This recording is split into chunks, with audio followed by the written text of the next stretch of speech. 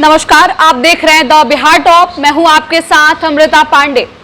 महागठबंधन में सीटों का बंटवारा अब फाइनली हो चुका है। बता दें आपको कि 26 सीटों पे आरजेडी चुनाव लड़ रही है, 9 सीटों पे कांग्रेस चुनाव लड़ेगी, तो वहीं 5 सीटें लेफ्ट के खाते में है, यानी कि 5 सीटों पे लेफ्ट चुनाव लड़ेगी। लेकिन बता दें आपको कि सभी पार्टियों के बीच एक पार्टी जो है वो इसमें नहीं दिख रही है। वीआईपी प्रमुख सहनी की अगर बात करें तो मुकेश सहनी जो है, अब इस महागठबंधन से भी मुकेश सहनी को किनारा कर दिया गया है। जिस तरीके से राजनीतिक गलियारों में यह चर्चा थी कि आरजेडी अपने हिस्से की 2 सीट जो है वो मल्लाहों के नेता मुकेश सहनी को देगी, लेकिन बता दें आपको कि एनडीए से साइडलाइन होने के बाद राजनीतिक गलियारों में यह चर्चा काफी तेज थी कि लालू प्रसाद यादव और तेजस्वी यादव से मुकेश सहनी की नजदीकियां बढ़ रही है, दोनों के बीच बातचीत हो रहा है। लेकिन सीट बंटवारे में ऐसा देखने को नहीं मिला। सीट बंटवारे में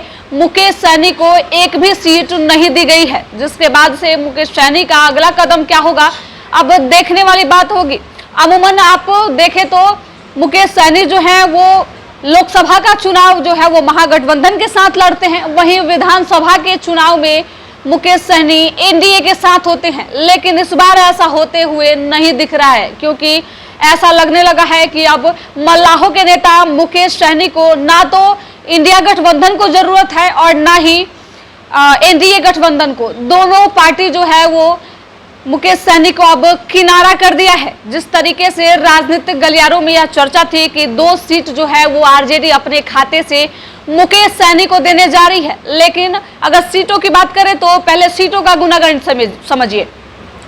खगड़िया सीट जो सीपीआईएम के खाते में चली गई है, समस्तीपुर सीट कांग्रेस के खाते में है, एक झंझारपुर सीट जो है वो आरजेडी के खाते में है। तो जब सीटों की संख्या आरजेडी के पास है ही नहीं, तो आरजेडी आखिर मुकेश सहनी को 2 सीट कहां से देगी। इसके बाद बता दें आपको कि मुकेश सहनी को लेकर चर्चाओं का बाजार दिन प्रतिदिन बढ़ते जा रहा है। जिस तरीके से मुकेश सहनी से अंदाजा लगाया जा रहा था कि मुकेश सहनी जो है वो महागठबंधन के साथ चुनाव लड़ेंगे, उन्हें 2 सीटें जो है वो आरजेडी के द्वारा दी जाएगी। लेकिन सीटों की संख्या में उलटफेर के हिसाब से देखिए तो अब महागठबंधन में भी मुकेश सहनी को कोई जगह नहीं दी गई है। तो अब देखने वाली बात होगी कि मुकेश सहनी आखिर अपने प्रत्याशी निर्दलीय उतारते हैं या फिर एक बार महागठबंधन के दरवाजे तक मुकेश सहनी इस बार खुद चल के जाने वाले हैं। आपको बता दें कि मुकेश सहनी को अब ना तो इंडिया गठबंधन में जगह दी गई है और ना ही एनडीए गठबंधन में। मुकेश सहनी का अगला कदम क्या होगा, इस पे